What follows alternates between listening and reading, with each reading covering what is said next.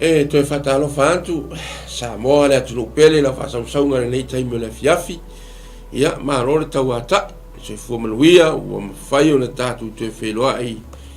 lunga onu le manuia ia ma le to whala inga le antua ono lana taita inga ia te tātou umalama whaftai ai ma ave le whamua i le atua o ia lava na pule to tasi ma pule tito e whapena o na wai mai ana whamnianga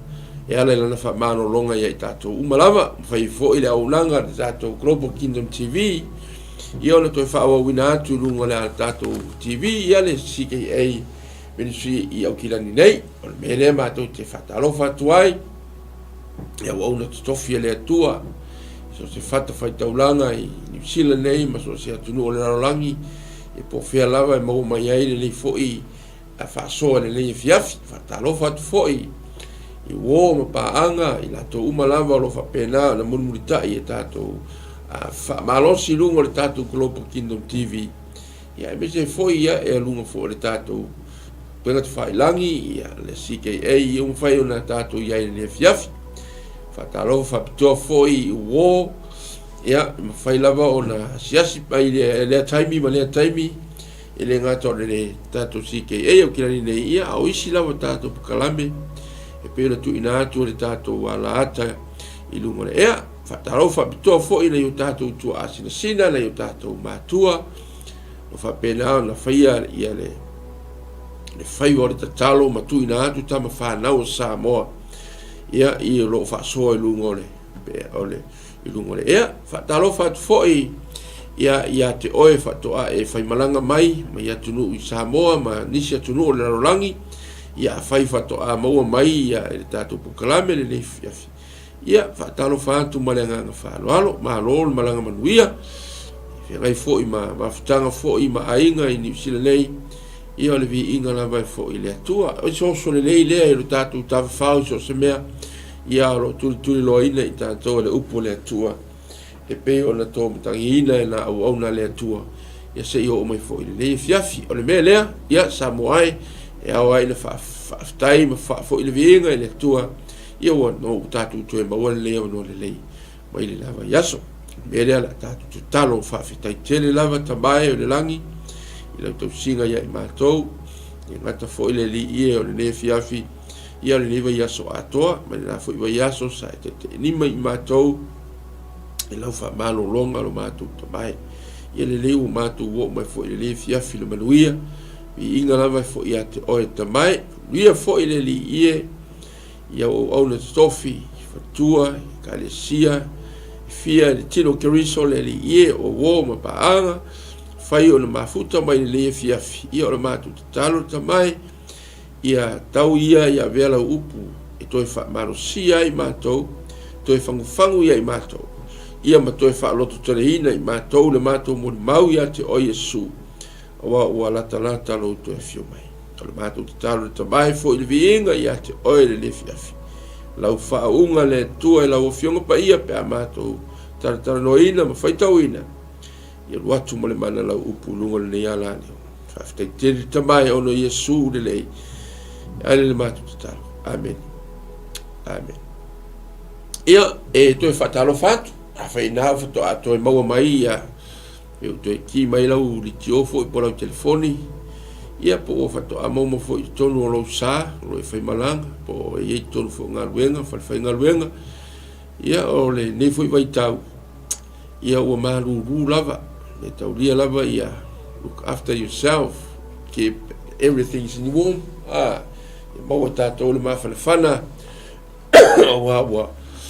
o lo ua whaisi malosi mai o le maruru mea fo i lea ia wha maruru atu fo i le lava yaso le ai stato bukalame ia ono fofuanga foi ma niso tutungoa ia tafia ngai foi ia ua le fai ai ona fa wina tato bukalame ia le tato tu felo e alvi ingala fo i le tua awa o ia lava na te ina mailo to soifua mo ma to wolo fai le tato tu e maua le bukalame le fiafi ia ro fa solo pe le tato bukalama lungo le tato CKA Ministry le ta upulava ile o perfetanga falmisia i whenga tuai ia e pe ona e silfia ma tātou roa i le whenga fōu i o le tele nao nisi me o umana whātau nuina mai i perfitanga mai le whenga tuai ia o umana whātau nuina i le whenga fōu ai tātou te toi wawa ai pēr ma tātou toi wawa ai pole taua le anga o tātou o tangata o le whātua tua tangata au auna i le tua tangata fo i tari tonu e tasi lava lo tātou o tua o na o Yesu Keriso o le na fio mai le langi ia ma o toi fo i antu i le langi ma le asaoni fo o ia e toi fio mai mea whaafitai a Yesu whaafitai a Yesu o ia o le whaao mea uma o ia o le whaao le kalesia o ia fo ia o mea uma la pe o le whamai a Ioane le tusi whaafitai la lea le ia ona o le tātou mawhitanga whaatu tili pēr ia ma tātou wawa ai i leanga le leo le atua e taimi umalawa tātou te iai ma mafuta whatasi ia whaafitai fo i le atua ona o le tele fo i o le si o na fionga pa ia tom tawina le lei aso a toa ana au auna se yo ma le lei fiafi ia vi ia le li te lo e sa moa ele na tia le upo le li mai tātou lo fo ia i no e ia mea e poloka a le upo le atua e lim whaia no tia e alu pea ai sea o le upo le na whaia i tātou whaia i mea uma e tu matila lava le upo le atua e tio fui wha maila na fionga pa ia e wha ea ma wha sirisiri le atua na upo i lunga ia te ia lono winga o le upo le atua a unoa ia a tātou ia pe o na wha maila tusi pa ia lono winga o tātou o whanau lava ua wha pēnā o na le alofangia ia ma wane hei fo ia i su tātou tamā pe o na wha maila tāna tusi pa ia ai whaafitai le atua o tātou lava le whanau le atua le whanau le na upu me foi le awane i e au ngata e moni mau le upu le atua e moni atala nei au auna e loa au noa nei e ele kaimi e foi mai le whiunga pa ia le atua e ele taimi e koe onge hei tātou e leo mea aipa o mea inu ai onge i tātou toi te whaalongolongo le upu le atua me foi le awane i e au ngata ngo fie te whaalongolongo le upu le atua wa fa ai voi sa mo lunga TV me o lotu tupu i lunga le ea i atuluma mau le ea o sa mo ni usila nei o tātou wa ai i le kelo ngei me tupu ke lole mafuanga ua lata le fio mai o Yesu lua ua tauma mau tangata ma le atua tolu o lo tau sue lava e mea moni e telo tangata me voi la leo tātou tangata o le atua e tātou mataala e tātou loa o tātou o vai ese ina mai le lalolangi o tātou o tangata o whanau fawina o tātou tangata tātou e ese mai le lalolangi o lo tātou iai le lalolangi nei ia e le o tātou ni tangata e ola whale lalolangi a tātou tangata e ola whale langi me foi lea ia tā pena lo tangata i tutonu tā pena lo tangata i fafo fere me te iai, fere me te loto iai, tonu a inga, whaarapotonga a inga, o nuu mana la whanga, ia o se meo lo iai ni tā longa, ia eiloa o oe ma tā ua, ma tātou uma, o tātou o ampasa o le maano le atua, tātou te whailoa ina atu, te whina ngalo le atua, te loa musu maisia o stasi, i le vai aso tēnei, whamai ua, whaanoa noa ia le ia sa wo ongo o me whaila taloanga ma le pule ia o whapela po le ai o le whamawai wo mana nga luenga po le ase mea o le fia e whamaritara sa wo o whaiaku le pule sole e reise si o ngoa e ke a koe a makai o i lalo ka ko rou ka whalwhenga luenga ai whamalo lo le si lo ngoa le o le se vai e whaiakuro i eil tara la uole. Pos, o haol ka ngaka o lea tua, e ke lea o ia maia o ngi mewa lea whapenga, so whaftai leli. Mako we ea mo whaiaku i sa uo sole, o ea le koa o ea le mpasa o le maano leli. Whamai ea makalonga sea ia. Ia o kire lopula men kupu, ai, o le mea mo ilapa. le lalolangi lai kilo mai me fie whalongolongo mai pora ka ko muli mau e whai po le mea ka ko pero ka ko le lalolangi ka ko iho kuro iai o le mea o tātou o tangata o le alii tangata ea tātou te whinau mo le malo le atua o le mea fwoi le wai nei tātou awane i ngofo lau mo le mau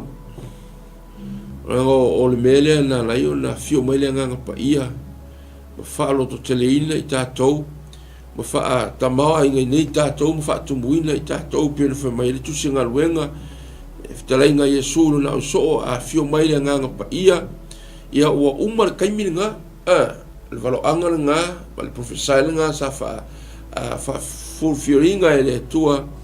i la au na le auto suru lua e lunga la fiafe o pito lunga ina ua fio mai le nganga pa ia o ina i loa ele whailonga ma le vahavenga le atua whamaia Yesu o te alu ai awina mai le nganga pa ia le nganga la le lena o ka koulangi ka ko kere ko ka usue pe ka ko whakarikari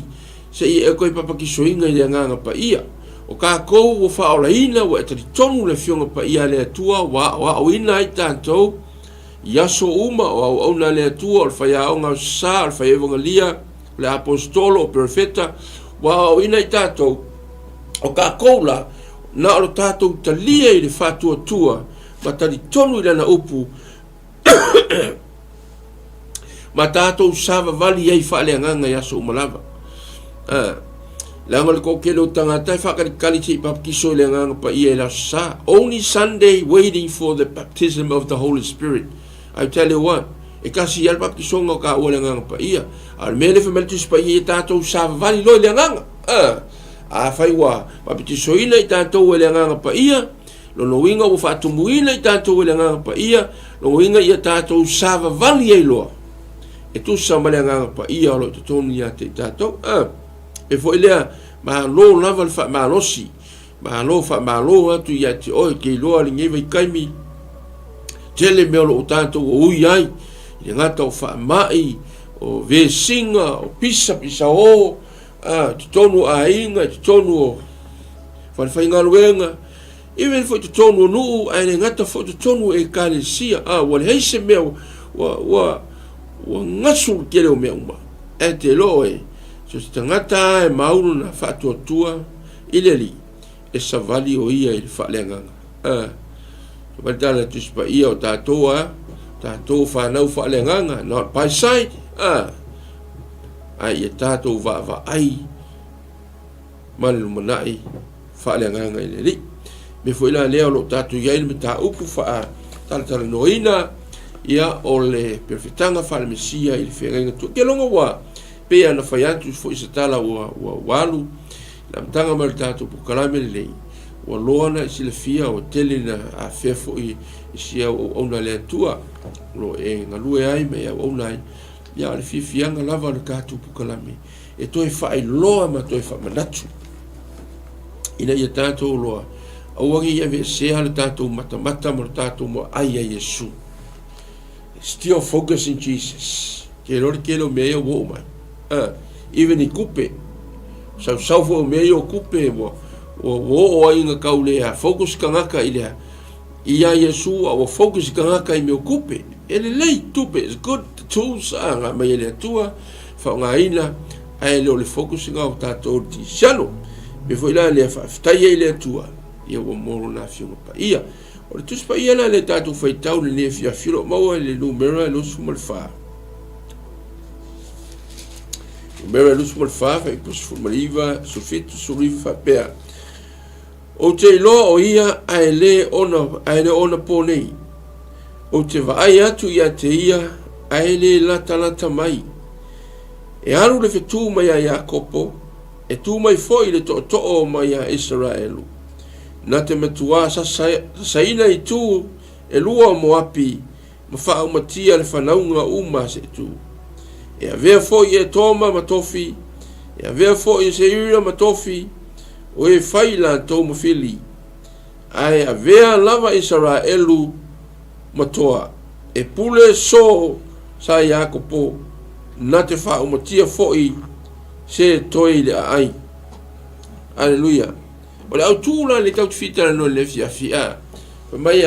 o le fetu mai Jakopo the star out of David of Jacob o le fetu mai Jakopo tatou loa le tala ia para amo ma palako o tasi na le tala sa fai il fa to oto le fa mai na nai lo na tu ma ke malo para amo o te loa o ia ai le ona po nei le vai ma mau lo fetala ia ile tua le ona le tua fa mai o lo atu yona po nei ai o te fa mai ai o te va ai atu ia te ia ai le lata mai le fia afe ma afe o tausanga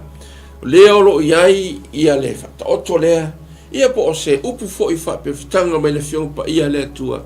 fa mai e tala pala o te va ai aku iai ai va ai atu le va ai atu le tu le ai le lata mai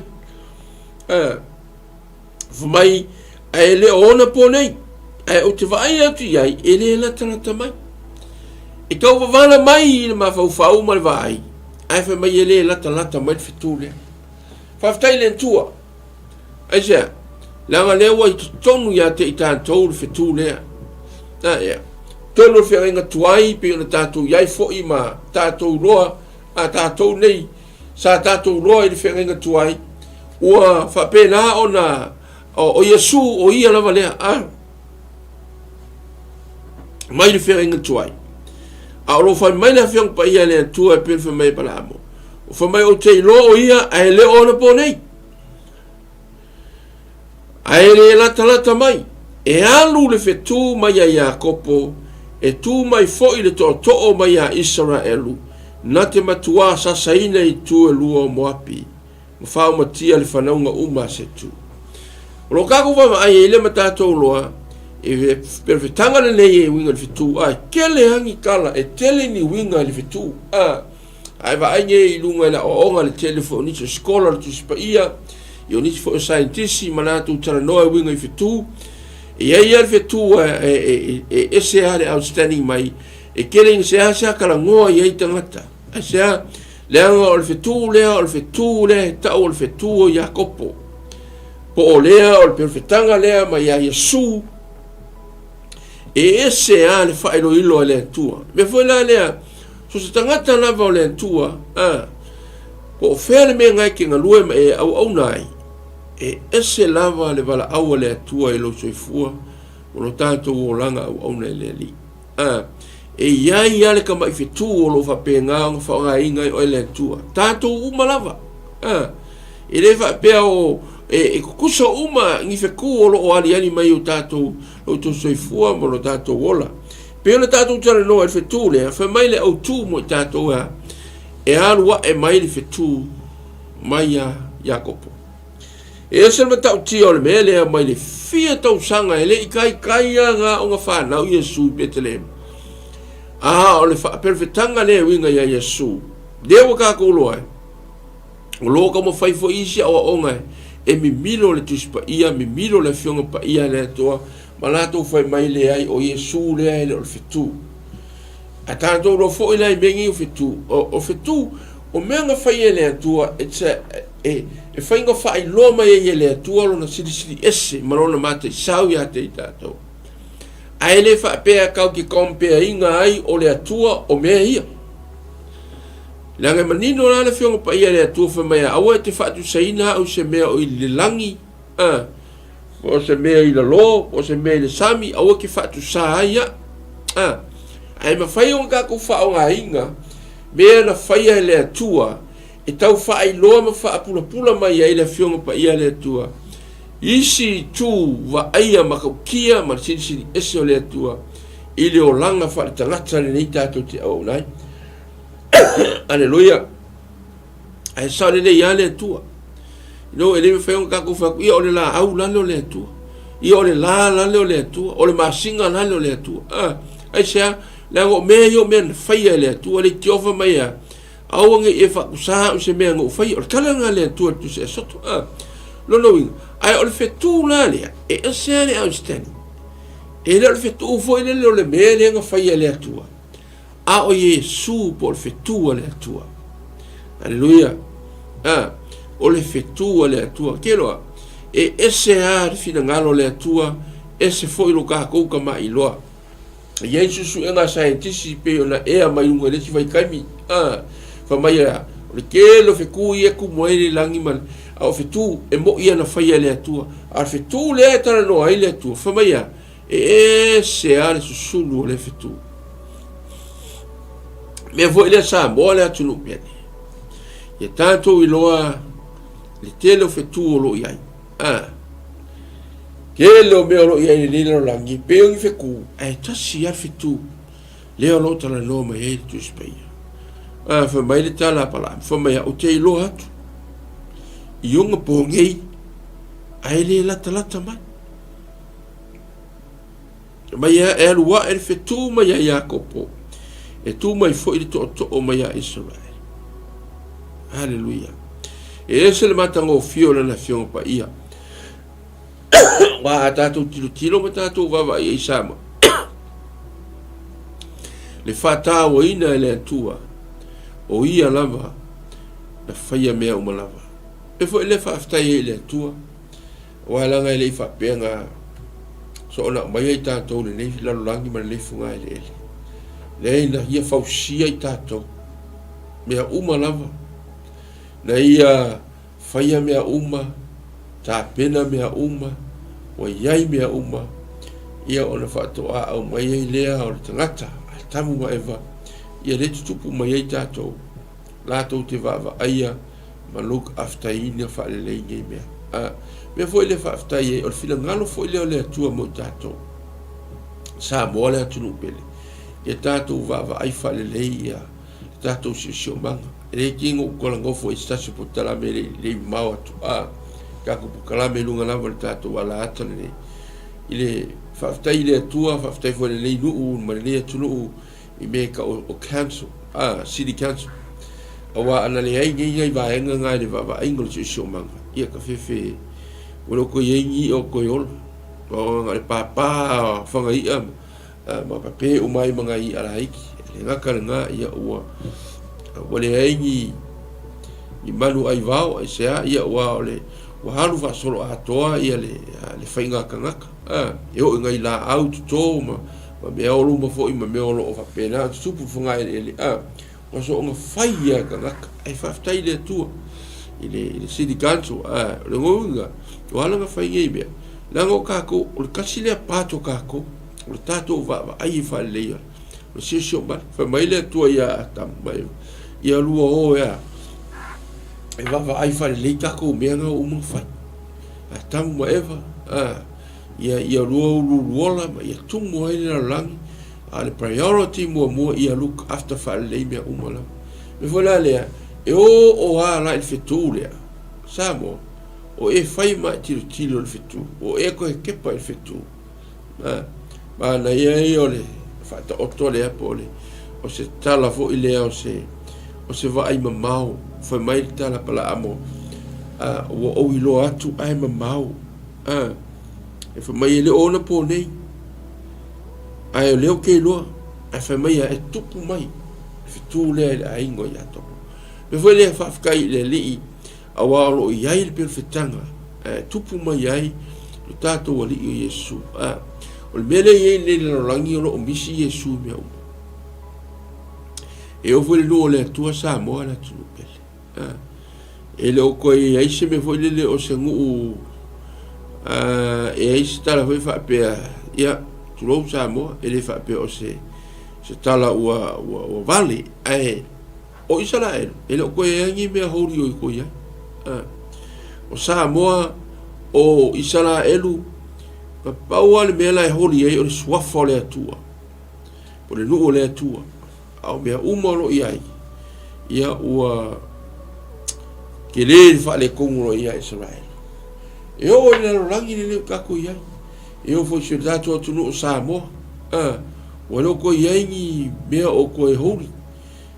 haleluya ua pala mea uma wa ele mea uma me foi le ia kako ko e to tepa ma to va ai patatu te fasilia tato ia tato o ai ele mafuanga o nei mea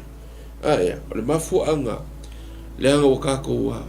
o tatou eu se ai Iesu le fitu mai le tele o mea uma lava tatou te whaia ia e le ako whaia mo koe kau ngapa i le tatou fua fo i le lenga kau ave esen mea la va ai la fitu il fitu la lea o Iesu alongo whaingo le upu le pese a mai va ai la fitu o lo wangi ngia mai ai le whailonga lea o Iesu na ma liu mo samo e vai o i le mea kau ave ese kau ave ese mai ile mangako o le kangaka le tu sia le original ai se awa o le kangaka ka le kongu le atua le tu sia le upu mo ia ma le saonga le pese a tu sia mai le langona mai te tonu o na loto ma na mafaufau wa na o Iesu lava lea fa sa o ko inga samo arwai wo kele mea wo mai ma wo pe fo ile le wa o fai pa awal kamala ale le ai mo kele kupe kele me maua fa mai lo ave ese lo la kamale ave ese lo upuia e ku lo ave mai e le un fai o nga kauka samo e le ma fai o le tatu tau tainga mea uma pe avanga na le atua au no mal fetule ia pong safa solo a kwal telo mea wa vai le kaimi o mai ai mala kau sau ele kele o mea le anga o mala fa na tula ya Samoa o ngo fa mai ave ese na mea ngal fitu af ko mea ko sui ngola o le pese o le fua fa mai ya opunga le sui ave ese fitu va ai na fitu lo wa nge mai ai ave mai le ai tu ia Samoa o ma fai ona tau tai e le ma fai ona ka ka inga se mea mo ia Samoa wa vai kele mele wa ngi Samoa ka le ngi fai nga loku ia fiafi mea sa ka ko soifua mai ai e tatou matua ma ka ko va ai tatou mata e ia wo ye TV wo ila au pese wo ye telefongi ia wo ye malangona fo ngai me o loku le loku telefongi le loku TV le loku la au pese ia wa so ile ngi me kasi ya le kala al to ina malamo ko loku o mai ko au ni ko fe wa isi sa ko fe wa isi le o tal lotu me vona le ia ka ko kilo iwe no tatu o mau ilia tunu o tatu o ese mai manga yo ka ko ainga Samoa ia ni fu yo tunu sa so foi ni to tele ta me se ka ko Samoa ia ko fo ilava o il fa vai ia ka ko kilo le fa vai o Iesu le fetula le nga fangu ave ese ngai nga fangu kele ngi meora kele ai mangi ia ele mfainga ka ku kai ai fa tai le ko apa mai ia alfa olo le tua ko fa tu langa le Samoa ia ma to fa wau le fa to tua ma fa tu ma wino Samoa ia Iesu lo tato li fa o kelo Iesu po ngai me o ia ole fa po ngai o me uma ngora Iesu e o lava isi atunu ma se atunu po le lava ko ngi tangata se fa la pokonga au ngoa ma Iesu ia e faiva vale fuanga uma lava ki lo e me tu fa ia Iesu la mo io le tatu o tua moni ke le tua rangi fai tau le tuspa ia oka milionga kua lo ka kong ye ko kelo kanaka tasi ale tua moni to tasi le tua le o Iesu Kristo na suafa le na fio mai le langi ia ma o to fo ia tu o ia le langi ile tu tom tau tama o le asa uni fo ia to fio mai e fo le sa mo na tu no pele e to ba na tu mo to mana tu sa mo la tatu talo le angol fiku le fe mai kala tama lo le ngava ai mamau ala le mele wa ye ko kele ni vai kaimi le wo lo akul fiku le wo ku mai luma i awa wale fia ai ua pongi sa mata faaleagaga a le fekū lea ku mai luma loloiga ua ova le iloa ae leai ma se fai ua kakou faagalogalo ia le tatou fetū lea faagaia ia o le vi'i o Samoa mai va ai ina fetū o lo'o ua agiagia ai le fa'ailonga lea o Iesu na maliu mo Samoa le fa'ailonga lea o Iesu na maliu mo Samoa haleluia o lo'o talanoa i le agasala ua fa'asa'olotoina ai Samoa le atu lo'o pele ke lo'o e ese le outstanding o lea fo'i islander lea island o Samoa e fetele agagaka fa mai o Christian island ai ke loa ngai kangaka onga ua se koe whaalongo i le suafa o Iesu o le mele leo kele le meku ka fwele ia o nei ngalo i i kaku koe fo'i ia le whaamai tatu te fo'i ia Iesu kaku koe kilo le whetū le fe mai tala te malu me wa ai aku ai maua ai fa mai e arua e ana whetū lea ia topo o ia kopo o lea whangaunga lea tupunga mai a isa ako o ila ia kopo lo ia le whamaunianga lea whetū la lea no ta ua pala ama ko le foi mara para ko sau ia pala amo e whetū ia Israel e fa mai le ai mai kala ka malo le pe fiengi au lo ngi kupe ke o fo mai o mo fa ya ku la kala ele ai o ki fa mangu ia pe ele no o le tu me vola le la ngole puli fa mai ai e sau fo ia e pule so ia kopo na te fa o matia fo i se toile ai o le me voile ka ku kilomita to lo wana se i lunga le fa fanua ma e tilo ai me vai Israel o Israel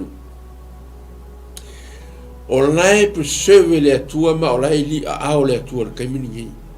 kilo ngai kangaka lo iai nei ki siano o tali tonu fa tua ia Iesu ale to tele o Israel ele ka li kongu ia Iesu ma ele ma nga o fo in kangaka ka li kongu ia Iesu iai oe ma me foi le o boka loa mo kilo ma fa ma ungia kala ngai mo kilo ia ni no ia ma te fa longo ai kala ngoa mai kangaka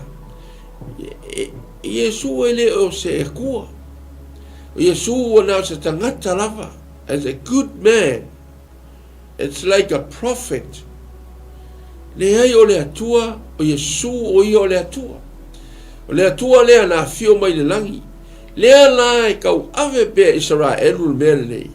se yo o mai lava le tuaso me vola le awangi e so nga fai kio kele ya Israel e talo mo le nu ole tu kelo il tu se fa linga lo ka u e lava Jacob e pupu nga Jacob e to e fo yo le tu ya Jacob la go ile tupu mai ya Yesu tamalo Jacob fa gaula isa ako ko lua ka masanga le oi o Jacob ma Esau o ila ia mo apile kusi mai i me toma o to le kupu mai e ku ainga kamare o Esau o fili o Israel ia mai fili o Israel o le auso it's brother me vola le kau kelo be kau ke uso ia Yesu ai aka kule sava vali tu sama le fionga Yesu ma le upo Yesu ia o kako o fili o le atua pe aka kule sava vali ma faia fina ngalo mo muli ya Yesu ile fitauinga la mal fatu mawinga il fatu toina o le perfetanga le le upole ali o maua ile matayo lo tau poe e moa lo fa ipoe lua maya o fana Yesu petele e mai taye no pohero tatu fauta o mai ai makoi mai sa e Jerusalema o fa pe mai po feo iai le u whanau mai, o le tupu tangata iutaia, wa ua mātou wa aia lona whetū sae, ua mātou o mai ai e ifo atu ia te ia. O mā koinge, mai le singu, ne esele ese le fofongia o plena le atua fofuanga le atua o mako ngi e o mai le singu e mai le si i kuol maro e o anga i fieva ai ai fa markala kanga o kanga ele o kanga so they know the stars meu astronauts la ko ke so inga meu le langi o fetu o pangeka o le lava ai o mai de vai nga le fa la ia mo i tal fa mai o fa pe mai po fe o yai le o fa na mai o le tupu tangata yu taia a wa o mato va aia lona fetu is a sae. We see and we know his star from the east. Nga ilona ia Samoa e o i ka ngaka ele i whaola inga e whapula ina ele atua mata ma whailoa ia ele atua le fetu lea o Yesu ina ia amaya se mori maule na rolangi pe o ngai ka ua ni nefiafi Hallelujah. Ese ka ua le mele fa mai ma koingi o fea o iai le tupu tangata yutaia. See, o le kala anga ma le history o aku nguu ia pe o ngai ia tunu isa o kangaka e ata mamai o tangata wa umana la to tusia tala anga o mea o lo tupu ma mea o le atu tupu e iai la le tana le kau ki kilo iai o kamangi o kangakangi o tangata so o le vate e iai la fiku nga kau iai le wali ia malaka o so enga ai fai mai e ese e fo linga mai o le whamakalanga la wali ia sa lako fai tau mua i tusi o le whenga inkuai malaka o iloa ai o le whikulea e ese mai ia le whitu fai ele atua mea o le whitu lea fai mai a o le whitu o le tupu it's a king star e vela nei ka kilo makako loa e kai mi foi le pika ko ki fa le ango i mengi ko pol la langi mangai ka ngaka ia so le langi mai la to scientist ai lo inga le sa mo le tunu pele o fainga fa nga le tua ka ngaka ngi inga ia fa lo mai ele le fina ngalo le langi ma fa lo mai ai le ai o lo Yesu o lo soifua lava Yesu o le tala ka ngifa mai o mako iai i le lau ele lea e ka o le shepherd field po le o le whanua o le olonga ma moi o i da lea nga whanga wa Yesu i petele ema ma o lo iai fo ia le whanua le na o preserve le leia o le mea o le spese papa o lo preserve ai o i le whapesa iai le o ngā ele tonu lea ia il fale o manu a o le kau ngā manulu o ngā whaalakalaka mai le o manu ia be o kai mo sapati o ngā whaalakalaka mai la ia lea inga ia whaingo fie o ngā whawhanaina ai le yo e taimi o sapati mo maru a lea na o ki whamaya o whapea mai po o whea o iai le ua whanau mai o le tupu o tangata yuta ia a wā ua mātou wa aia lona whetū i sa a wā ua mātou wa aia we see his star o whelo mai la warisio su e ia o le star lea o le star o Yesu o le star o le tupu he loa me le kako ke ofo ai le poto le atua langa whao ngai le atua kaka su e ngi malako kuskusia le kero history patala tustusia lea la o mai i makangaka ngi kasila ngi o kanga sosu o mako malako o mai a femaya e esse ale stale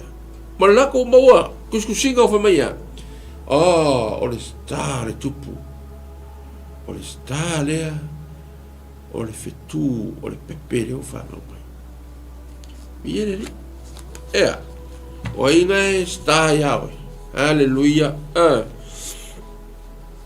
Ia le li. Ea. Ua mātou wa aia lona whetū sae. Ua mātou o mai ai e ifo atu ia te ia. Ua mātou o mai e ifo atu ia te ia. Al whetū lea, al whetū o Yesu. Al whesili foi mo ka ua ni ngi kai mi. O ai ngai sta i lo orang. O ai ngai avea ma sta ia o me fai. O ai ngai whatumtumunga i sta i ngā luenga. O ai are sta ngai ke pi ke whavalea i ni kilo kai. O e whavalea ia Yesu.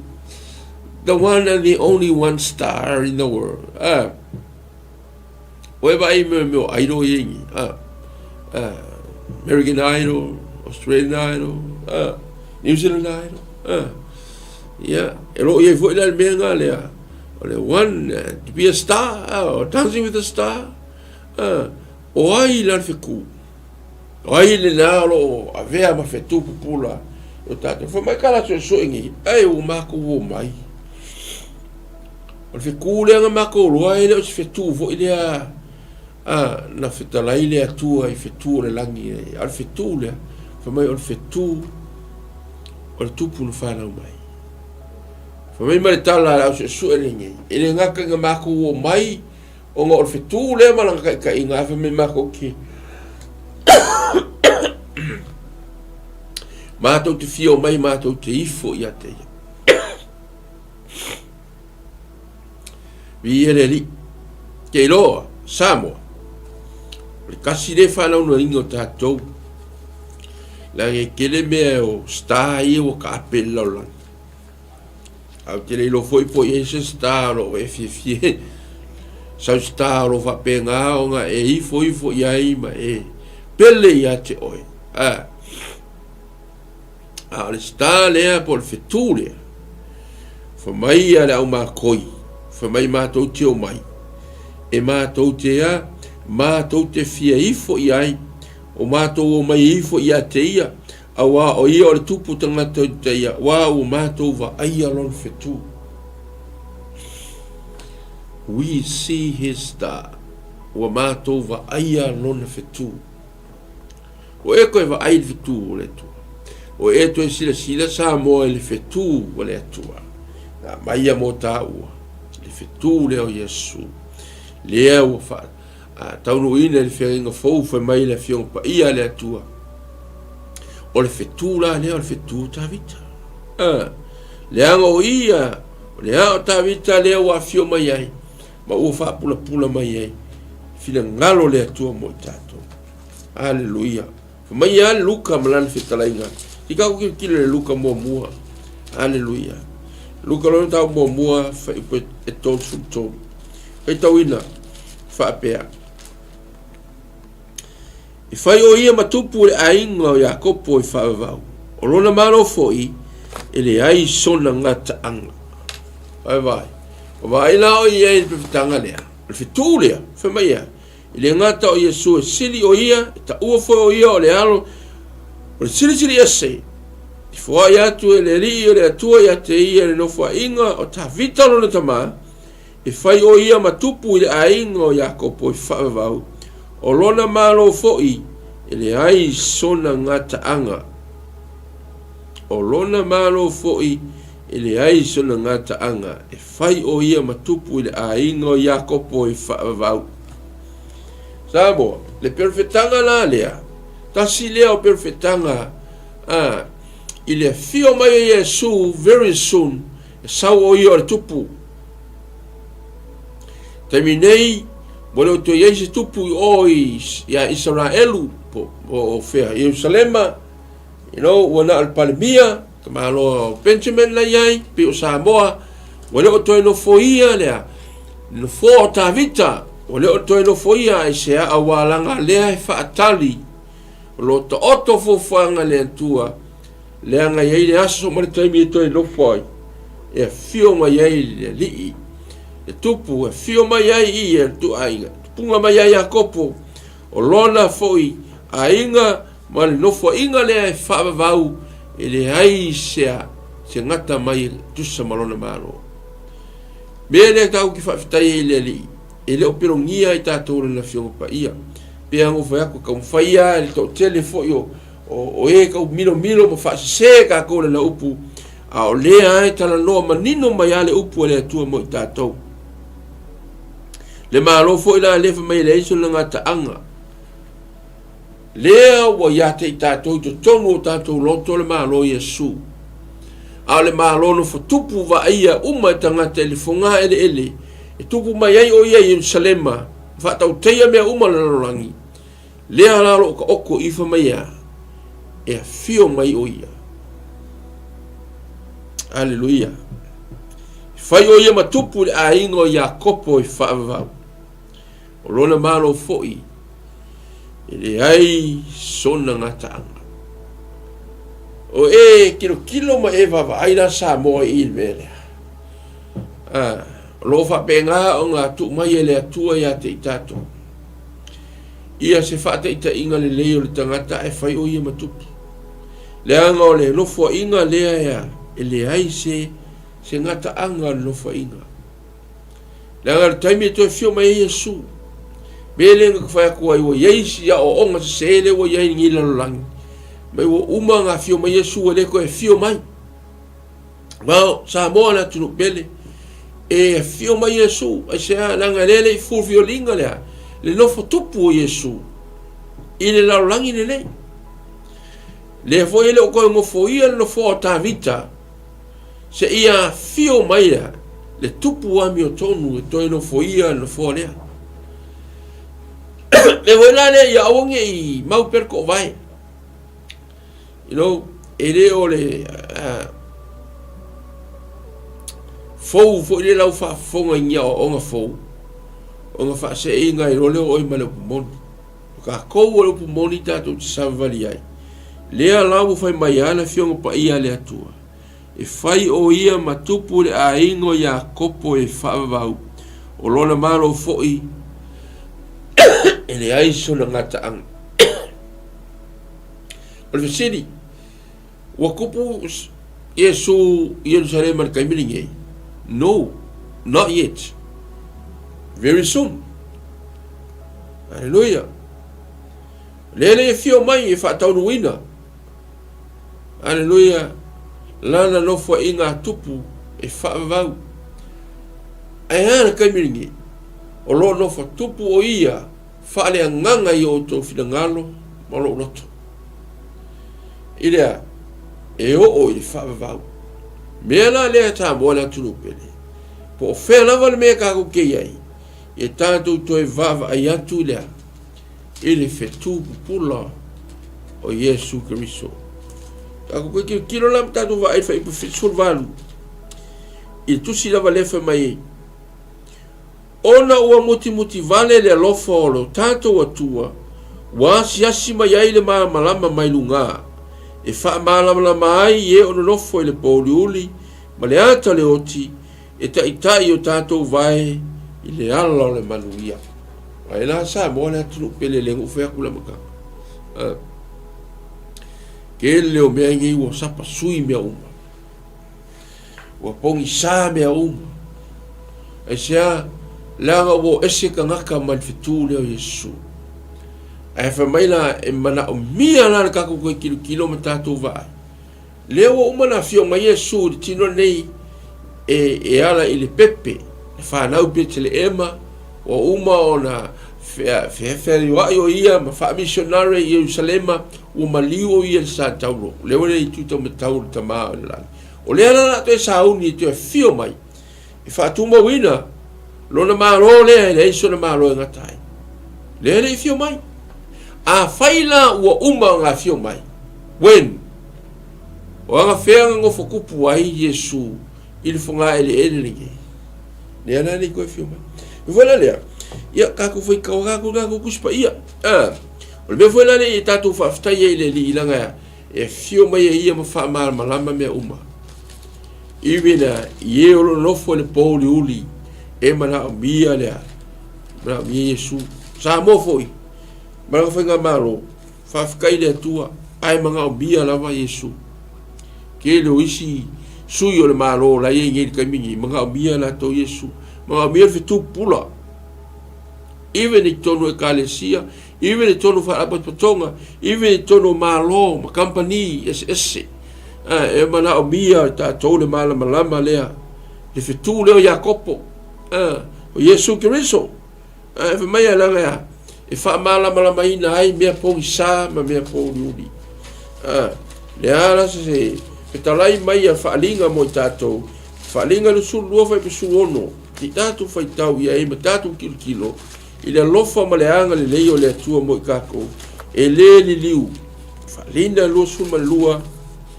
e pa suma le ono fai tauina o au Yesu na o auina atu le angelu e moli mau ia te o tau ia mea i e ka le sia o au o le aa ma le fa naua ta vita o le fetu pupula o fetalai mai ai le nganga ma le fatoano fotane ina sawia ina fai atu fo'i ia o le fa'alongo ina sawia o le fie inu ina sawia a toa ma le manao iai ina ave fua ia e le ai se vai ave fua ia le vai o le ola sa moa le atu nu pele e ese le mato warolofa ia te oe you know fa mo nga fo'i ma fa tumutumunga le fo'i ala ata le Global Kingdom TV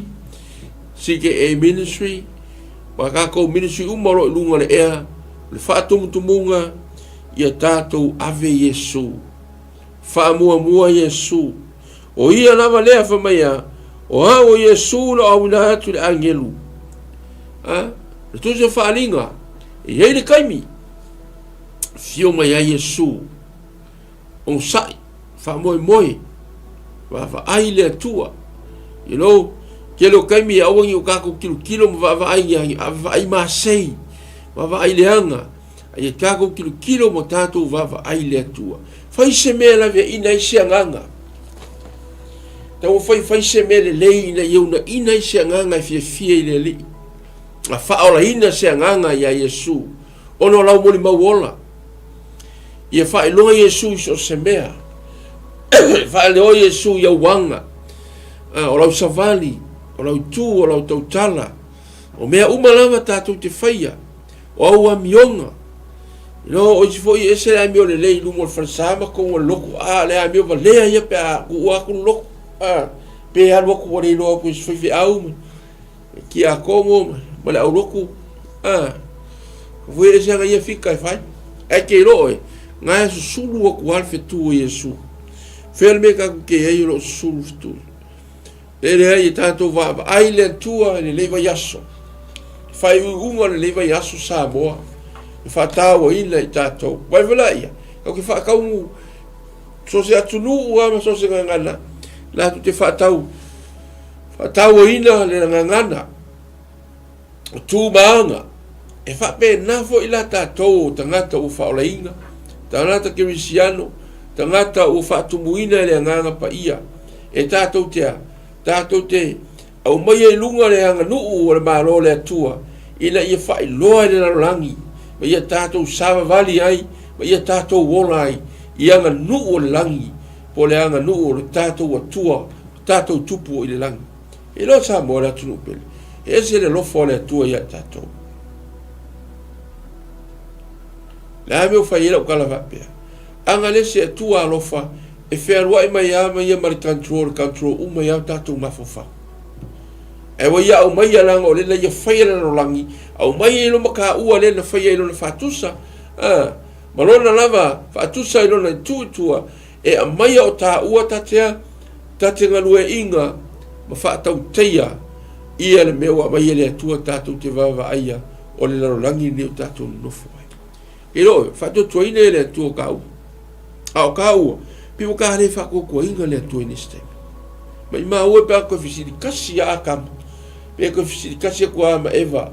le tua o le afo le la au le afo ile tu la folo le ngai fai mai ai ia la ngala o kasi nga me fia ko ro le pe ia o kusa ma le fo ia ko o le fia fisili le tua o kako o au na ko fisili le na to fia i tatu tamale la ko fa so sao e foi le fa tai le tu le no ia i ne fiafi ia koe vavai fetu ia kopo mai tala marole pala amu fa mai a e no kai mi nge ia lo ke lo mau e tupu ai ai el fetu ta o ia kopo mai a lo na malosi mo to e tu na te sasa ma fa ale nga ila uma me o to fili e vole e lo matatu lo o lau mo mau ma tatu mo mau ia fa ola inga fa susulu atu le mala malama ia ola aisi nganga me ia fa pena na vatu le lofa e lo lofa le tua mo tatu e le fa tua o ia ka ko e fai klasika ko lofa fai vaenga e se e fa lo nga grupo ia que fica o ia que o le tua na le ai e lofa ia ka ko me vale ia fa kuso mga ko le oxen kuso mga ko le vai kuso mga ko le lama le masinga le ai fa pe aku oi po le sela mako fale ia na la o ika mai le tu ko fale ui vai mako le história sulu le e sulu ia ka ko pena ka fa pe nga fo itato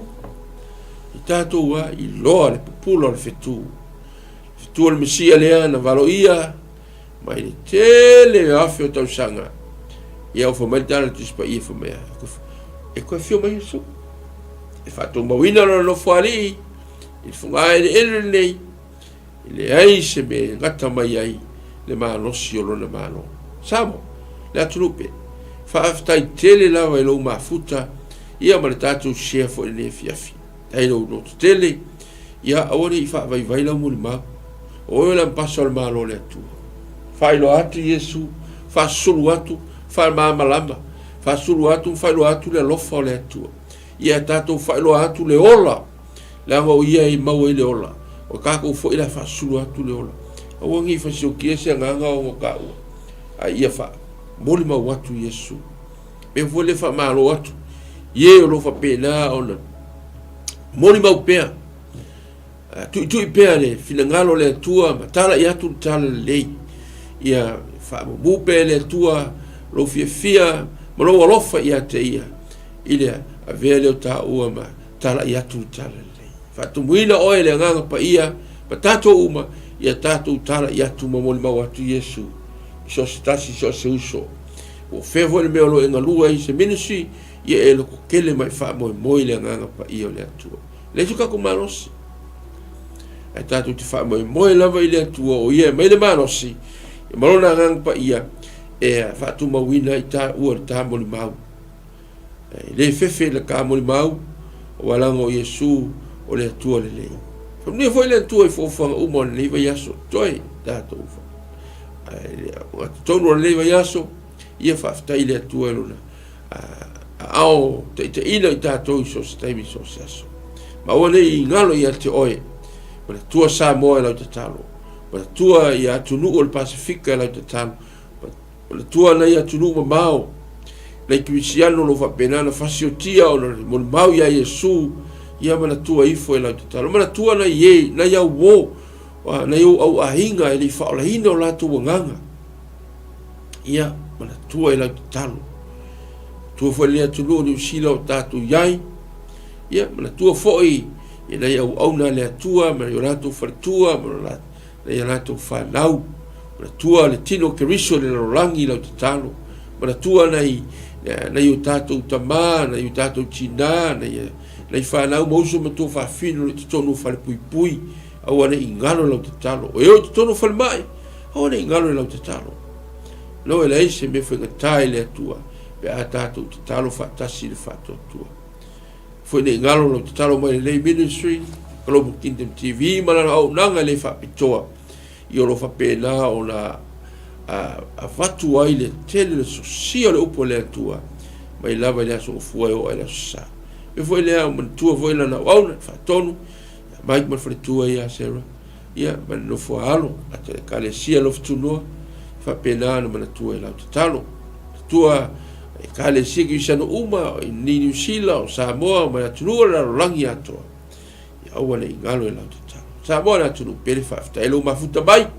ile le fiafi ia e tu fa fo ia le vi inga ma fa tai ile tua ono whamnianga mo tātou le iaso. To mai o le langi mātou te toi whafoi atu le vi. I whamanu mo le whaftai mātou. Toi mana tua lava. O e lava na i whetalai mai, mai whatumuina i mātou. Sosoni mai la wanganga pa ia i mātou. Mātou te toi whape atu whawhetai tele lava tama. I lo wanganga pa ia lau whaunga i mātou umane leipo. Whaftai ono lau o whionga pa ia. Mātou te le fefe ai, pe mātou te ato tu vale ai. Ai mātou te whamanosi ai ono lau upu o te tonu i mātou. Whaftai ono Iesu o le fitu, o i lava le varauria, varo a mai le tua e le whengenga tuai. Ia le leu o mātou iai, ma le taimio le ato e fio mai o ia. Ia whapena, o le mātou iai whatasi, ma le mātou tupu sili, Iesu le fitu e Jakopo. Ia oi whavau, ia oi whavau, ia fo i le tua, le ala anta. Global Kingdom TV. Nia fo i paanga umar sike i ministry. So se tu e fio le rola. Ono Iesu le lei ala le mātou te talo. Amen. Amen. Amen. Ia sa mola tunu pele. Faso e foina tatu tu e fio lai fo i lava yaso. Isi taimi ma se aso. Ia pētu saimal finangalo le tua. To ona le Iesu ala onu te boa. Mai Christ Kingdom Church. I Otara. Ia vi ia le tua. Ono Iesu. Amen. To faso e fio.